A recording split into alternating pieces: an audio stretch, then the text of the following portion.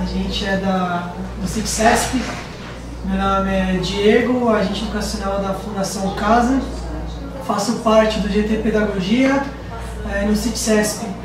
Nós vamos proceder uma entrevista com a doutora Elizabeth e o pessoal vai se apresentar. Meu nome é Jessita, sou da Fundação Casa, sou pedagoga. Meu nome é Yuri, sou da Fundação Casa Osasco, sou agente educacional. Eu sou o Aldo, da Fundação Casa, agente do pátio, e sou o presidente do CICSESP. Eu sou Elizabeth Borgiani, assistente social do Tribunal de Justiça e presidente da Associação dos Assistentes Sociais e Psicólogos do Tribunal de Justiça de São Paulo e da Associação dos Assistentes Sociais e Psicólogos da área sociojurídica, Associação Nacional. Beth, eu acho que todos queremos agradecer a oportunidade de estar aqui com você. Como parte do GT e da pedagogia, a gente está pleiteando junto à instituição as 30 horas para o setor da pedagogia. Nós tivemos uma conquista muito grande pelos psicólogos e assistentes sociais e nós estamos iniciando agora a campanha da pedagogia. E quando a gente iniciou a campanha, que a gente começou essa discussão em 2014, foi fluindo, chegou um dado momento e a gente pensou, precisamos entrevistar alguém para impactar uma questão política. O primeiro nome que veio foi da senhora, recomendado pela Maria Helena. A gente acredita que o trabalho das 30 horas para o setor da pedagogia ele é fundamental pelo estresse do trabalho. O trabalho nosso é extremamente estressante dentro da instituição, seja pela assédio moral, que ele é muito forte, seja com o trabalho com os meninos, que ele tem uma diferença muito grande, ao nosso ver, com os adolescentes de uma escola pública, já que eles têm aquela peculiaridade de serem infratores e exaustivo às 8 horas. A gente trabalha muito com eles no dia a dia, de segunda a sexta. Então a gente está pleiteando para que a gente consiga descansar mais, que a gente consiga também estudar, porque 8 horas todo dia, 40 semanais, é muito difícil se conciliar estudo com o trabalho. Haja vista que nós temos colegas do setor da pedagogia que estão fazendo trabalho de mestrado e tem uma dificuldade muito grande de conciliar, até mesmo que a instituição não facilita tanto, tem muito burocracia para conseguir fazer projetos. Então a gente está pleiteando por conta do desgaste, para a gente continuar estudando. Então eu acho que é extremamente importante. Então a gente pensou em conversar contigo para, inclusive, me perguntar um pouquinho do trabalho que você fez com o livro, né? Que você fala do adoecimento do trabalhador no Tribunal de Justiça. E pensando nisso, a gente também pensou no nosso trabalho. Então eu queria que você elucidasse um pouquinho aqui essa nossa pesquisa. Tudo bem? Tudo bem. Primeiro eu quero agradecer o convite de todos vocês, de todos os trabalhadores da Fundação Casa, parabenizar o presidente Aldo por estar aqui, né, nessa luta com todos vocês, Diego, Yuri, Jessita e João Faustino. Veja, eu vou falar uma porção de coisas que vêm de uma vivência muito grande nessa área que a gente chama de sociojurídica, né? Eu tive uma experiência muito precoce na minha vida profissional no sistema penitenciário. Foi uma experiência que me marcou muito, me ensinou muito no trabalho com mulheres encarceradas no estado de São Paulo e depois com egressos de presídio, egressos homens, na única casa de albergado que ainda existia em São Paulo, que depois foi fechado. E também por ter vivido no CONANDA, no Conselho Nacional dos Direitos da Criança, uma participação muito ativa como conselheira titular por 6 anos, né, quando eu era presidente do Conselho Federal de Serviço Social. E foi o que eu digo a época áurea do CONANDA, porque foi a época onde a gente conseguiu aprovar o SINASE, a Resolução 113, que é a Resolução do Sistema de Garantia de Direitos da Criança e do Adolescente, o Plano Nacional de Convivência Familiar e Comunitária e tantas outras questões importantíssimas que o CONANDA regulou naquele momento. E eu me lembro que quando a gente estava elaborando o SINASE, a discussão era principalmente, o principal eixo da discussão era o projeto arquitetônico. E é óbvio que era projeto arquitetônico, porque é o projeto arquitetônico que interessa aos grandes interesses do capital, porque é o que faz vender a construção, né? E os projetos faraônicos, e porque você fazendo uma unidade em tal lugar que não existe nada, e vai chegar uma linha de ônibus, vai chegar asfalto, então as licitações elas vão ser inúmeras, né? Inúmeros interesses. Então tudo girava em torno da construção e do projeto arquitetônico. E eu me lembro que eu tive o privilégio de conviver também com a representante do Conselho Federal de Psicologia, a Malu Moura, e eu e a Malu ficávamos lá dentro do Conanda brigando que a questão não era o projeto arquitetônico só, que era principalmente, né? Porque o que a gente dizia, o sistema socioeducativo, ele não são os muros, né? Assim como as prisões não deveriam ser os muros, os arames farpados, as portas de ferro, as grades. O sistema socioeducativo é a educação, são as pessoas que fazem, são os técnicos que fazem, são os professores que fazem, né? E eu dizia, podia ser debaixo de uma árvore, podia ser num galpão, né? Ou, enfim, numa lona de circo, porque o que mais importa quando você está trabalhando com um jovem é trabalhar as necessidades dele de educação, de conhecimento, e de como ele vai lidar com todas as fragilidades da vida dele, com as vulnerabilidades da família dele, não é? E, enfim, então, para vocês saberem, o primeiro espírito do SINASE que a gente quis imprimir no SINASE foi esse, né? Que, tanto é que tinha uma discussão assim, um dia o presidente do Conanda virou para mim e falou assim, Beth, lá no Conselho Federal vocês têm uma discussão da relação de número de assistentes sociais para meninos na internação, né? Quanto que deveria ser? E nós não tínhamos assim uma discussão técnico-científica acabada, nós estávamos começando a fazer, né, no Conselho Federal e no Federal de Psicologia também. E eu virei para ele e falei, nós temos uma noção de quanto deveria ser, né? Aí ele falou, então quanto? Que era tudo assim, né? Aí eu comecei a lembrar da minha experiência na penitenciária feminina, da minha experiência no semiaberto, que éramos 5 assistentes sociais no semiaberto para 15 meninas presas, e não dávamos conta daquilo, porque na realidade de alguém que está vivendo uma internação ou uma pena, são 24 horas. O sistema está funcionando 24 horas. E se a gente imagina que o sistema educativo, ele não são os muros, ele é o trabalho, esse trabalho é um trabalho de 24 horas, do ponto de vista até do que você tem que organizar para ele acontecer. Mesmo que a sua presença física não seja 24 horas, mas você tem que dimensioná-lo para 24 horas, né? Aí eu virei para ele e falei assim, no mínimo 2 assistentes sociais a cada 30 meninos, é isso, né?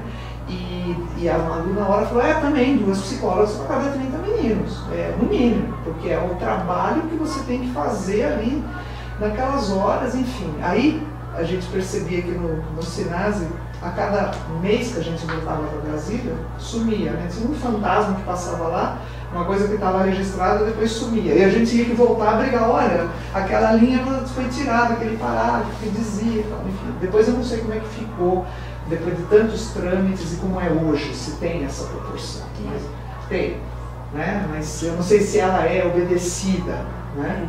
Não sei se ela é obedecida. Que naquela época, isso eu estou falando de 2006, por aí, a gente imaginava que teria que ser isso. E como é que você faz um trabalho? E eu não sabia dizer de professores, porque eu não estava lá na área educativa propriamente dita, né, da pedagogia. Mas eu imagino que também na área da pedagogia você tem que dimensionar muito bem esse quantitativo. E aí eu vou entrar na outra questão que eu queria colocar, que é o seguinte.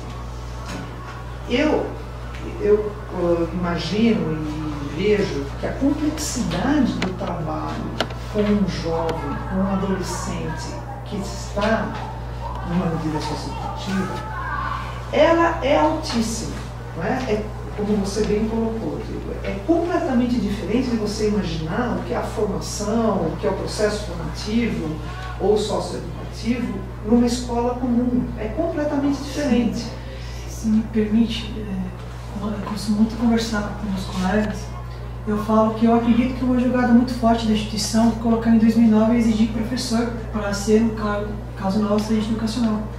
Eu penso que a formação nossa humana, ela consegue trabalhar de uma forma fantástica. Porque primeiro você tem que entender quem é aquele adolescente, quando você está em contato com ele. Então você tem que ter aquela coisa humana de ouvir, que é muito difícil você ver isso hoje. Então aquele que traz essa bagagem conceitual, essa bagagem humana, que é essa formação do professor, que ele é o educador, literalmente, ele é formado para ser educador, ele é formado para professorar, jogá-lo como agente educacional, na minha opinião, foi uma jogada muito legal, porque a gente senta e consegue gerir alguma coisa com o adolescente ali, porque a gente aprende junto com ele a vivência dele e a partir dessa vivência a gente analisa junto e a gente constrói esse trabalho em conjunto, que é uma relação humana. E isso eu acredito muito forte que vem do professor. O professor tem esse papel. Sim. Quem já está em sala de aula percebe que você não vai lá apenas numa sala de aula para escrever na lousa. Você não faz mais do que isso. Assim como a nossa educação, não vou lá simplesmente para acompanhar o trabalho das ONGs, que é um acompanhamento pedagógico. Eu faço mais do que isso, que um vínculo com o adolescente. E esse meu vínculo com o adolescente, eu trago uma bagagem intelectual, que é a nossa formação na área de humanas, seja pedagogo, seja professor de filosofia, seja de sociologia, história, geografia, artes. Você tem uma bagagem que você estuda a manifestação do homem e você, toda essa bagagem, essa leitura, você está ali, ó, e você vai criar esse diálogo, que é o convívio com o adolescente. E você tem, às vezes, um saldo positivo fantástico. Eu cito um caso de uma experiência particular minha. Eu sou formado em filosofia. E eu sempre cito com adolescentes, então a gente sempre acaba gerindo certos debates. E teve um que em específico me marcou, apesar que ele acabou indo para o CDP, infelizmente. A gente começou a conversar e ele se interessou muito por filosofia.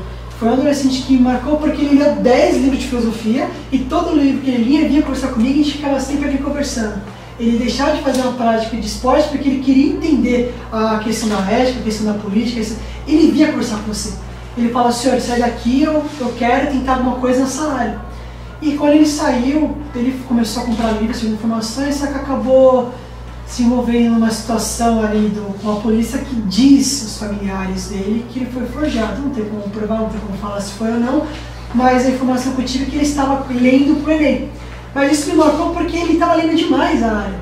E você vê que ele conseguia trazer junto com ele outros adolescentes que estavam lendo.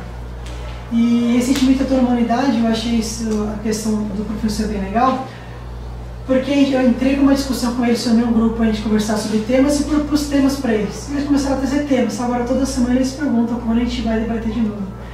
E eu acho isso fantástico. Você está colocando uma coisa, isso era nesse ponto que eu queria também entrar, muito importante, né? Veja que coisa. A educação, eu imagino, penso, ela deveria ser uma forma de objetivação do ser social para a liberdade, para a consciência e para a construção de algo dentro dos seres humanos que permita que eles se desvencilhem no mundo de todas as questões difíceis que ele tem que enfrentar, mas principalmente para a liberdade, né? E olha que contradição, você ser um educador dentro de um sistema que é de privação de liberdade, não é? Então, isso que você colocou, eu acho que é bonito que você colocou, mas não é o real que vocês vivem. Porque o real que vocês vivem é essa baita contradição. Que você tem o anseio da liberdade, o anseio de passar para esse menino a filosofia da vida como algo ético, como algo de que ele pode ser melhor no mundo, e ele estando dentro de um sistema que está dizendo para ele, você não pode ter liberdade, você não pode pensar, você não pode ser você, você não pode expandir aquilo que está dentro de você. Porque o que é um jovem adolescente? É um monte de hormônios vibrando dentro dele, querendo explodir, né? E eu sempre penso isso, que numa família, normal, que tenha seus pais trabalhando, com tudo em ordem, já é difícil você fazer a contenção dos anseios de um adolescente, né? Porque ele vem para quebrar, ele vem que ele quer explorar o mundo e ele quer dizer o que está aí no mundo não está me atendendo. Imagina isso dentro de uma casa onde o pai está com uma vida super vulnerabilizada, pelo uso de álcool, ou porque ele está desempregado há muito tempo, ou porque ele só conseguiu dar uma moradia para aquela família na beira de um córrego imundo, que ele sabe que vai trazer doenças para os filhos dele, né? É essa a realidade desse menino, só vou completar. Então, esse menino que está crescendo nessa casa, ele está, além de ter os hormônios dele de adolescente a mil, como qualquer adolescente que fomos, ele está deparado com uma situação social, né, absolutamente contra o que deveria ser a vida das pessoas. As pessoas deviam ter uma alimentação com aquelas calorias certas, deviam ter um teto seguro, deviam ter água pura para beber, deviam ter um transporte digno, deviam ter emprego, não é isso? A vida do ser humano devia ser isso. E esse menino está lá e está vendo que ele não tem nada disso, não é? E aí vem a grande mídia, o cara matou por um boné. Ele não matou por um boné. O boné é a ponta do iceberg. O boné era a única coisa que ele podia ter naquele momento que mostrava uma identidade para ele, dentro desse mar de não ter nada. E aí como é que o Estado responde para ele? Privando-o da sua liberdade, privando-o da sua família, privando-o dos seus amigos, tá certo? E diz para ele, aqui você vai se reeducar, aqui você vai ser alguém na vida, não é? Aí tem uma pesquisa interessantíssima do professor Mário Wolff, está publicada lá pela Cortez Editora, não lembro mais o ano, mas podemos pesquisar o nome para vocês, que o professor Mário Wolff fez a seguinte pesquisa simples, simplérrima. Ele só quis saber com que capital o menino entrou numa unidade da Fundação Casa, com que capital ele saiu. Ele pegou 300 meninos e analisou isso. E quando ele chamava capital, ele queria saber quantos dentes na boca, que escolaridade ele tinha, se ele tinha um bom relacionamento com a mãe dele, com o pai dele, com quem fosse, e com os amigos dele. Como é que ele entrou e como é que ele saiu, depois dos 3 anos. O que o professor Mário Wolff concluiu, pesquisando 300 meninos, que ou ele saiu igual ou saiu pior, né? Então, o que eu estou dizendo para você, para vocês? Trabalhar dentro de uma unidade desse tipo, que é, eu não estou dizendo a Fundação Casa de São Paulo, eu não estou dizendo esta direção ou aquela direção, estou dizendo trabalhar com um jovem dentro de uma unidade que é de contenção, onde o que impera é a lógica da segurança e disciplina e não a lógica socioeducativa. O que impera é a segurança e disciplina, é como nos presídios. Quem fala primeiro é o chefe de segurança e disciplina. Você obedece, você como professor e eu como assistente social. Tá certo? E a lógica é essa. Só que, o que nós educadores sabemos? Que você só consegue ter sucesso na educação de um jovem quando ele pode pôr para fora os seus problemas, suas questões, pode quebrar o vidro, pode se machucar e se cortar, e você trabalhar com ele o que significou isso na vida dele. Não é assim? Se você não deixa acontecer de quebrar o vidro, a coisa ficou lá dentro, você nem sabe o que tem lá dentro dele. Nós educadores sabemos disso, nós pais sabemos disso. Não adianta só falar para minha filha adolescente, você não vai no bailinho, você não vai sair, você não vai fazer. Eu tenho que conseguir dosar, que ela vá, quebre a cara, né, ou não, volte para trabalhar com ela o que aconteceu. Não é assim na vida? E os nossos filhos adolescentes não são assim? Eles não ficam nos testando o tempo todo? Lá dentro também. Só que o grande problema de uma unidade socioeducativa no Brasil ainda é que ela só pensa em contenção. Então nada pode acontecer. E por que vocês adoecem? Por que vocês precisam das 30 horas? Vou chegar aí. Porque, olha só, Diego, você como educador, que estuda filosofia, que estuda de Aristóteles a, sei lá, Marx, né? Passando por Hegel, ou quem seja, e que sabe que a vida é essa complexidade, você vai para sua casa e fala assim, poxa, aquele moleque tem um baita potencial, aquele moleque está tentando fazer ele uma biblioteca sozinho, como eu vi isso dentro da Fundação Casa, numa das unidades. Um moleque, junto com uma faxineira da Fundação Casa, montaram uma biblioteca, com os livros que ele conseguiu arrecadar. Olha o valor que isso tem. Isso não tinha que ser trabalhado para que todos pudessem ter essa mesma vontade que ele teve de fazer isso ser cultuado. No dia que eu fui à Fundação Casa para ver a inauguração da biblioteca do menino, eu fiquei pasma, porque eu vi uma coisa que eu não imaginava que existia. Eles são separados por cor de roupa. Tem o amarelo, tem o verde e tem o azul dentro dessa unidade. Nessa unidade onde o moleque conseguiu bolar e fazer uma biblioteca com livros dourados.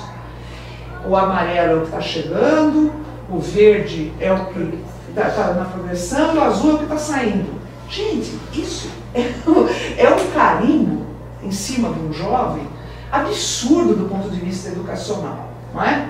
Eles não são iguais, um é amarelo, outro é verde, outro é azul.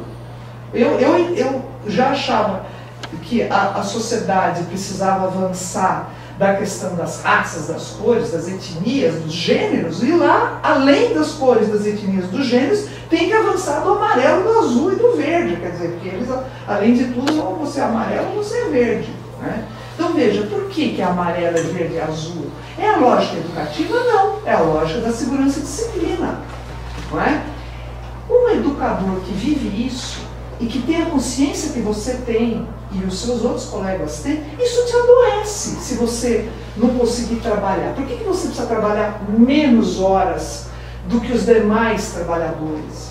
Porque a sua vivência educativa, ela está confrontada com dores, com angústias.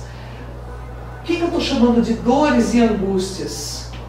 O moleque recebe a mãe no dia da visita, e a mãe fala assim para ele, ó, então, seu pai voltou, ela já estava separada do pai, e ele bateu de novo em mim.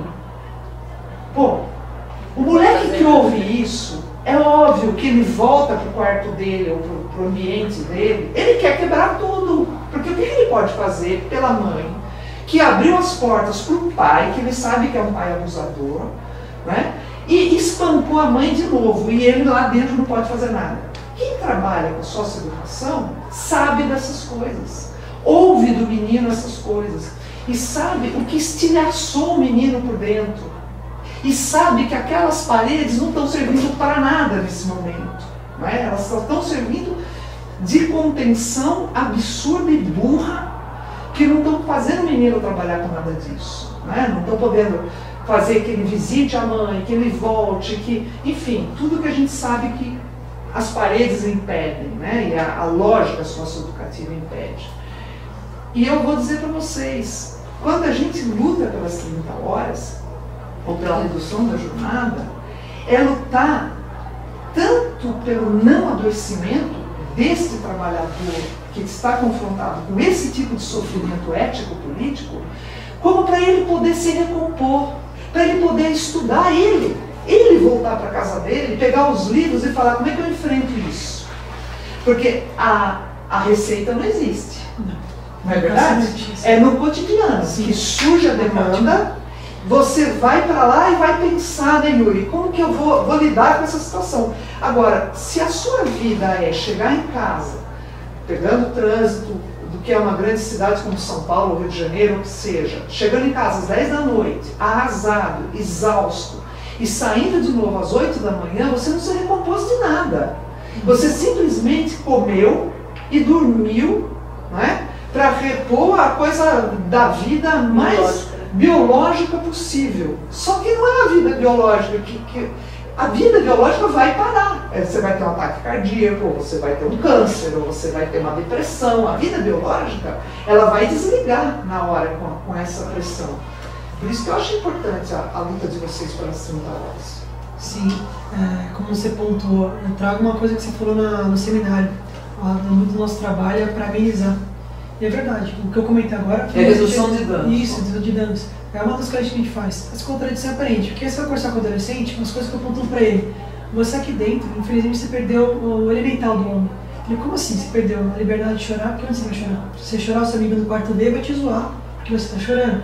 Isso acontece. Que vai falar bebê, criança. Você perde muitas das suas liberdades aqui dentro. Então, aos poucos, você vai se afogando. Porque para mim deixar você ser alguma coisa, eu tenho que ter esse espaço, essa liberdade. E tem lugar que você tem esse espaço, essa liberdade, não. Então você perde muitas vezes a liberdade de vir, a liberdade de chorar, a liberdade de amar, porque ali dentro é difícil se amar dentro de todo aquele sistema. Então muitas das ações que nós temos, literalmente, amenizam esses danos.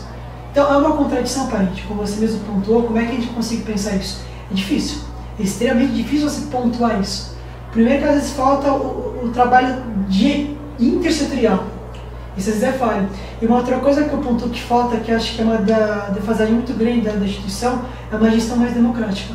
Não uma gestão autoritária, que é o que acontece. Uma gestão autoritária fala, eu mando, sim, não, vamos conversar, não, eu estou mandando. Isso tem muito, eu estou mandando. Mas se faz isso, eu estou mandando. Isso tem muito na instituição. Então você começa a balancear os dois. De um lado você quer fazer o trabalho, de outro uma gestão que não é participativa, mas é autoritária. Então você tem esse conflito. E você, como você disse, chega em casa às vezes estressado. Eu comento muito com os colegas que tem um medo de chegar em casa, você quer estudar. Só que você chega tão carregado, você chega tão carregado que você eu não vou fazer isso. Eu quero sentar na televisão e ficar besta. Ser um besta assistir televisão, porque eu me desestressar. Você precisa desligar. Exato. Porque você tem tantos esses conflitos. Ou você bebe, ou vai pro álcool. Né? O índice de alcoolismo em trabalhadores que estão nos sistemas de contenção, seja em prisões, seja em unidades socioeducativas de internação, é altíssimo o índice de... A professora Edith Seligman, ela conta também que é a mesma coisa dos trabalhadores que trabalham com alto risco, por exemplo, os que limpam prédios naqueles balancinhos ou pintam prédios nos balancinhos em prédios altíssimos. O índice de alcoolismo é altíssimo porque quando ele desce, ele fica apavorado de ficar lá em cima, só que ele é um homem, ele não pode dizer para os colegas que ele tem medo, por causa do machismo da sociedade, ele não pode dizer na família dele que ele tem medo, porque ele precisa daquele salário, não é? Só que aí ele desce do balancinho e ele vai para o bar.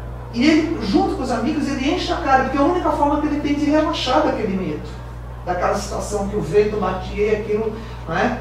E aí vai, por isso que a professora Edith fala, tem situações de trabalho que levam ao adoecimento, seja físico ou mental, ou seja uma dependência química, e o alcoolismo é uma dependência química, que tem um nexo direto com o trabalho, mas que não aparece como nexo do trabalho. Imagina um educador ou um agente de pátio da Fundação Casa, os medos que tem de algumas situações. E por que ele tem medo? Porque ele que está ali aquelas horas todas do dia, ele sabe o que deflagra a violência, ele sabe o que deflagra as situações de um jogar contra o outro, porque nos ambientes de contenção, isso acontece muito, um joga em cima do outro, um quer salvar a pele, não é? Então, e isso é natural do ser humano, é uma questão de sobrevivência na selva, porque aquilo é uma selva de pedra, não é? Então, essas relações que se dão no trabalho, elas são extremamente desgastantes mentalmente. E não é qualquer coisa que faz você se recompor. Por que um enfermeiro que trabalha num plantão, ele tem, como é que é, 12 por 36, né? No dia fala... Porque ele precisa daquelas horas para se recompor. Por que os trabalhadores que estão defrontados, eles não têm que ter as horas para se recompor, gente? Isso que eu penso, a sociedade brasileira, se ela quer ter jovens que tenham um desempenho na sociedade saudável, né? Que sejam cidadãos produtivos, precisa existir trabalho para que isso aconteça, seja nas escolas comuns, regulares, seja nas escolas que estão dentro dos sistemas socioeducativos. E trabalho se faz com pessoas. Então, a primeira coisa que precisa é o cuidado com o cuidador, é o cuidado com quem cuida deles. Não é isso? Na questão de educação também, se pega o professor, a carga horária do professor, se não me falha a memória, é 33 horas. Ah, mas ele faz acúmulo? Mas ele faz acúmulo porque falta salário, mas o cargo dele é 33 horas. Você tem estado, por exemplo, que ele, a cada 2 aulas dadas, ele ganha uma folga. Por que isso? Para ele ter tempo para descansar e pesquisar. Por que nós não podemos ter isso também? Nós somos educadores. Nós precisamos também desse tempo de descanso, desse tempo de pesquisa. Porque nós somos educadores ali.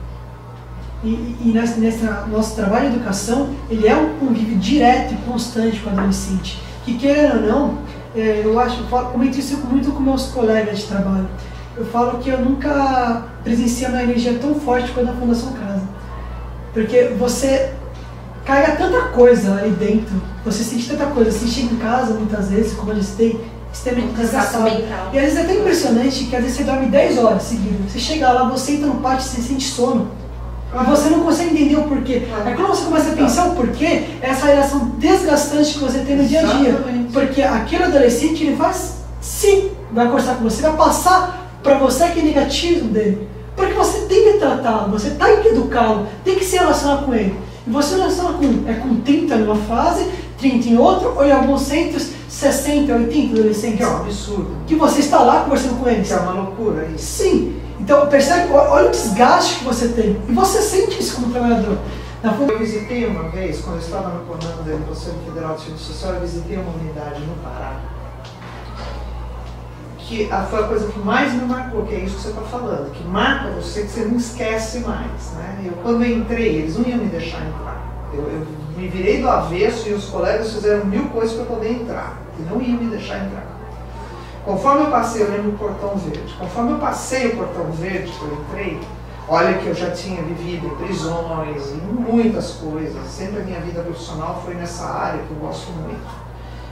Eu vi as celas todas, porque lá é um conjunto de celas com grade mesmo, assim, todos eles grudados nas grades, assim, com a cabeça assim para fora. Um deles completamente fora de si, assim, né, em surto.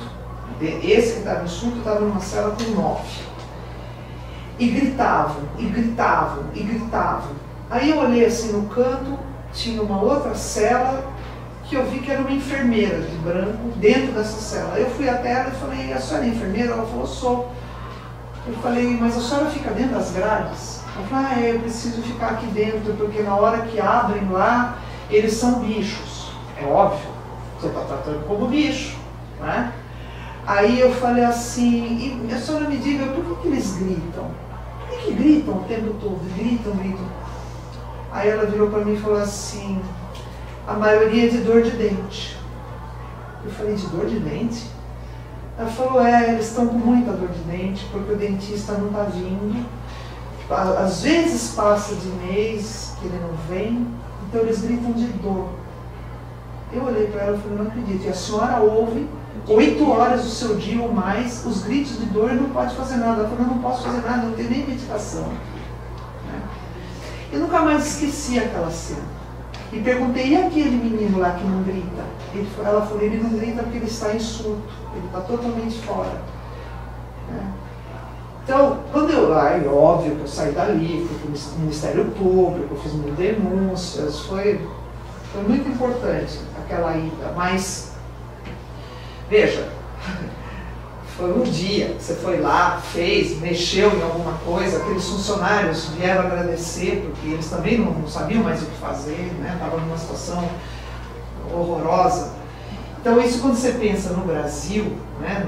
Quando eu falo, não é só a Fundação Casa São Paulo, o sistema socioeducativo no Brasil, ele é da Idade Média, Você pode ter paredes muito bem pintadas, os muros caiados, né, que dizia a Bíblia, mas lá dentro, essas relações, elas são absolutamente aviltantes, vulnerabilizantes, adoecedoras de todos que estão lá.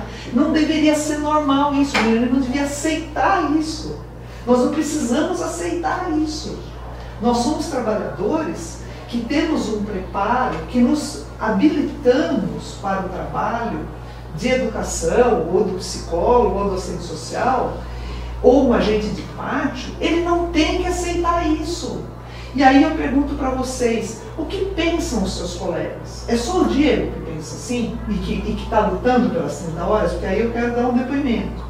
A luta das 30 horas dos assistentes sociais brasileiros, que nós ganhamos lá, a lei em 2010, ela começa muitos anos antes. E com muitas investidas no Congresso, nas empresas, nas unidades, nas instituições, né? Então, ela não cai do céu, ela tem que ser arrancada. Esse direito que nós temos a ter uma reposição do nosso descanso físico e mental, para que depois de 8 horas de sono você não continue tendo sono, né? Então, que é constitucional, né? E que é constitucional, é um direito nosso, dos que trabalham em situações de tal estresse, é um direito nosso ter uma carga horária condigna com isso.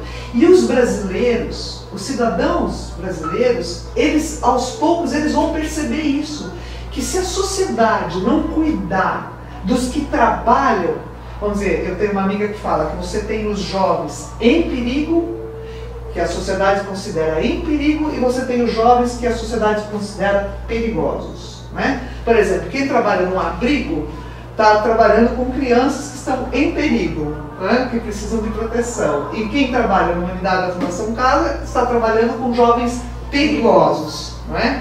Só que todos são crianças e são jovens que precisam da atenção do Estado e da sociedade integralmente, 24 horas por dia. Nós teríamos que ter, eu defendo isso, nós teríamos que ter equipes permanentes nas unidades, assim como teria que ter nas prisões, porque esse trabalho não para. Só que 6 horas, 6, tá? Em alguns casos até 4, se for o caso, dependendo do tipo de vulnerabilidade que a pessoa está tendo que enfrentar, não é? E por que não isso? Agora, se os colegas não aderirem a essa luta, nada vai acontecer. As 30 horas dos assistentes sociais da Fundação Casa, assim como do Tribunal de Justiça, vieram porque foi lei federal de uma luta de todos os assistentes sociais brasileiros, desde 2007. Então, anos de luta. As dos psicólogos da Fundação Casa foi porque foi uma luta de um grupo aguerrido com Helena, com Ângela, com Marinalva, com todas elas, né? Foi incrível que essas meninas trabalharam para isso acontecer, e o Aldo sabe disso, né? O Aldo acompanhou isso. E as das psicólogas do Tribunal, dos psicólogos do Tribunal de Justiça foi porque uma luta nossa também, para estender para eles, já que os assistentes sociais tinham, né? É possível, mas se não tiver o engajamento de muitos Diegos, tá? Vocês têm que se transformar num exército que vai lutar. Finalizar. Depois eu quero fazer uma pergunta. A gente fez um texto do abaixo-assinado e o nosso texto abaixo-assinado ele faltou muito em cima do seu trabalho. Certo. A gente não tem, realmente não existe dados assim, que o adoecimento certo do trabalhador, mas a gente está no dia a gente sabe que acontece muito. De a vontade de não trabalhar. Tem uma colega, não vou citar o nome, que ela está sendo barrada por tanta instituição. Ela foi punida porque acompanhou a mãe que ficou internada, ela acompanhou, descontaram dela mesmo, levou um acompanhamento, e ela está tentando fazer pesquisa de campo, ela está desanimando tanto que ela para se vale realmente a pena fazer pesquisa. É um exemplo do que acontece realmente com o trabalhador. E tem outros colegas também da instituição sendo punidos por acompanhar parentes. E isso é um desgaste tremendo, porque como você trabalhador vai pensar, vou acompanhar a mamãe e vou ser punido, seja para ganhar 13º salário, que é o bônus, seja na minha avaliação, aí você punido várias vezes, cara. E aí? Você desanima. Então, quando a gente vê o texto, a gente também pensou um pouquinho no seu trabalho, que foi fantástico, elogio bastante o que você fez aqui. Nosso texto ele teve embasamento no que você escreveu aqui, que eu acho que ficou bem legal. Bom, e é isso, eu acho que a pedagogia está aí, nós vamos lutar pelas 30 horas. Isso aí. Eu gostaria que a doutora, diante de tudo isso que foi falado, contextualizado, nós somos da área pedagógica, né? Fala-se tanto em plano político-pedagógico, em socioeducação, e a gente poderia fazer um trabalho de melhor qualidade, não que não seja bom, mas ainda tem que melhorar muito. E essa 30 horas seria muito benéfica, e todos os argumentos que foram colocados aqui, em qualidade de vida, disciplina, né, doutora? Isso. Questão de encaixar na instituição como referentes diários em determinados horários, entre vários outros, né, argumentos.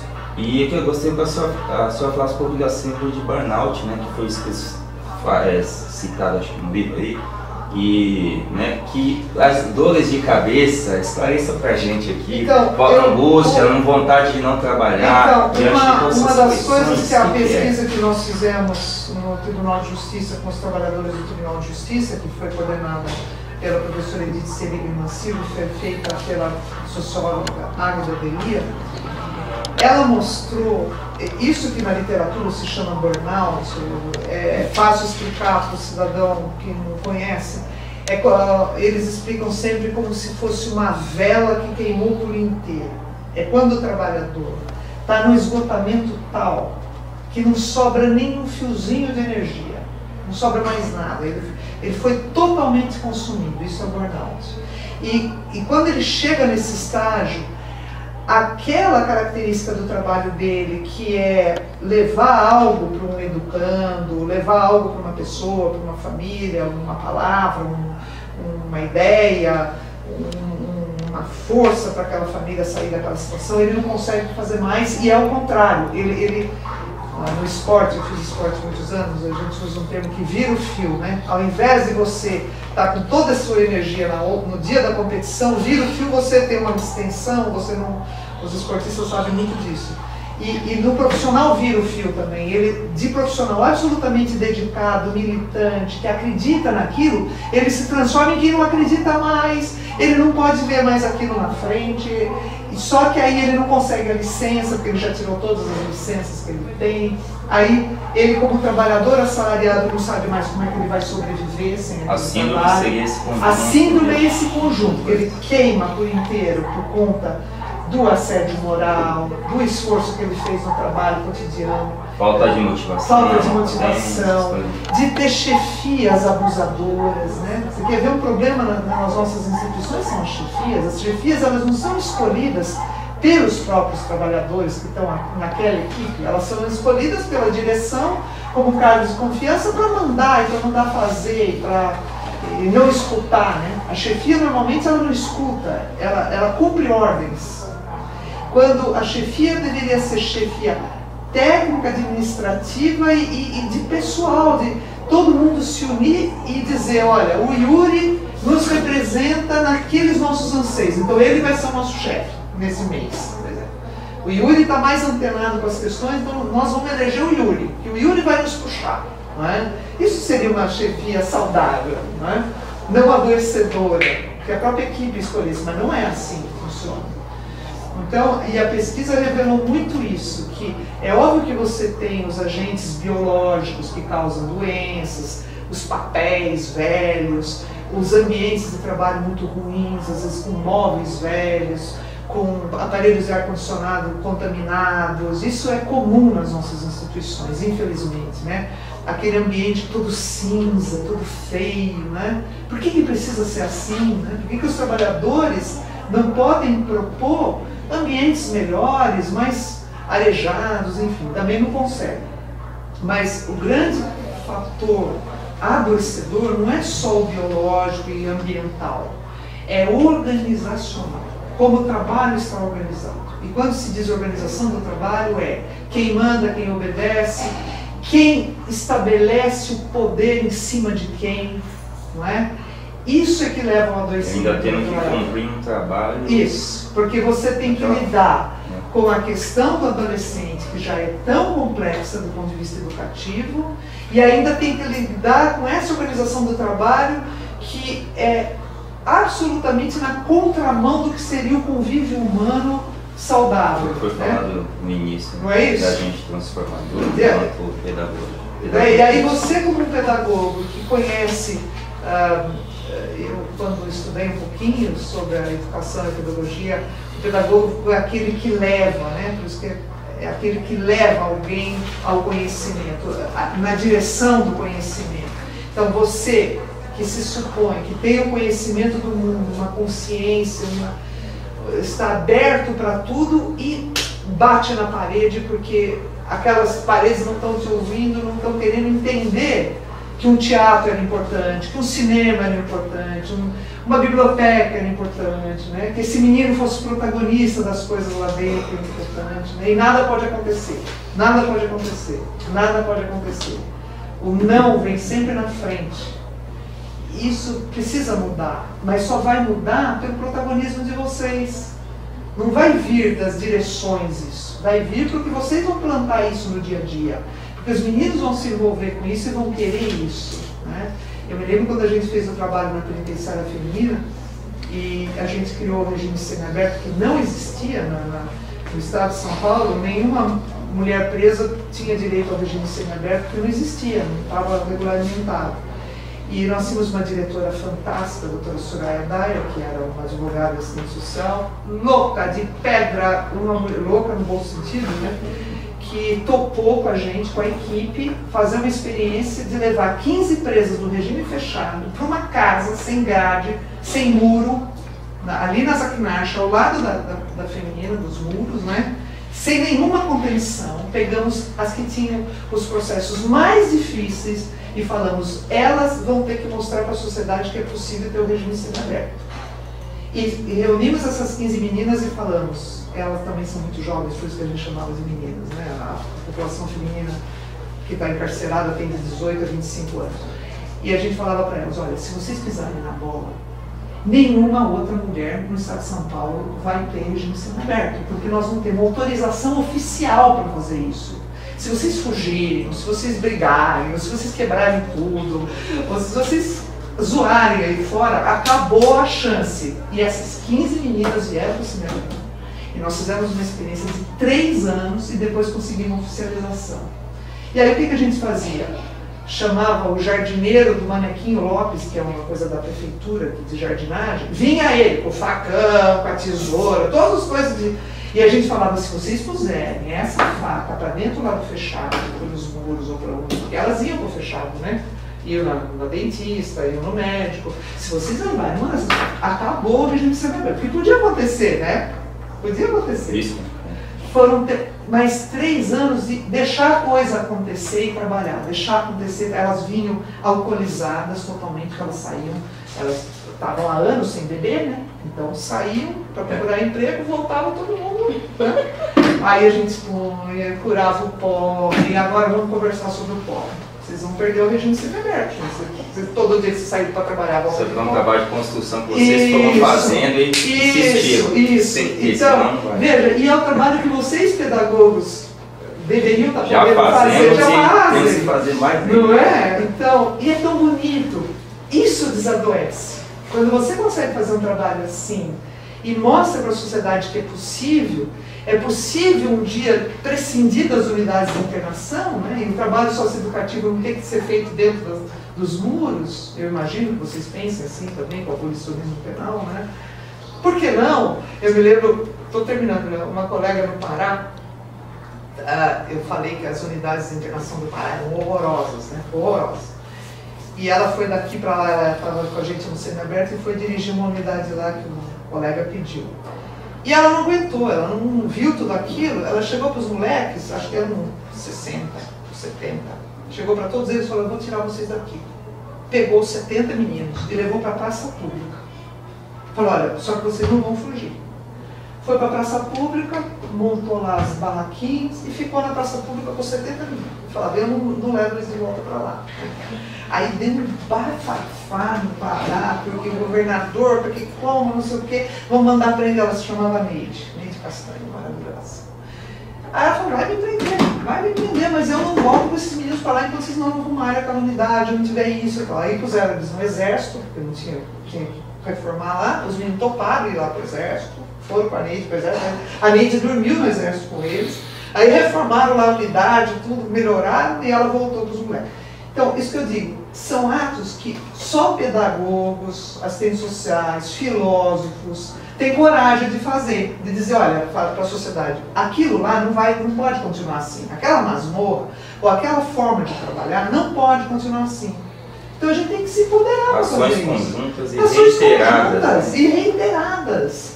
Isso nos desadoece. Eu garanto que se vocês, os mil, começarem a pensar dessa forma e não só se vitimizar, porque também tem uma tendência de nós trabalhadores, que não fazem nada por mim, porque eu trabalho muito, gente, se ficou nessa posição, é a moral do escravo essa, né?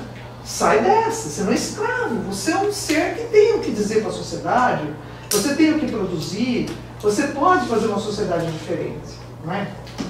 Falei.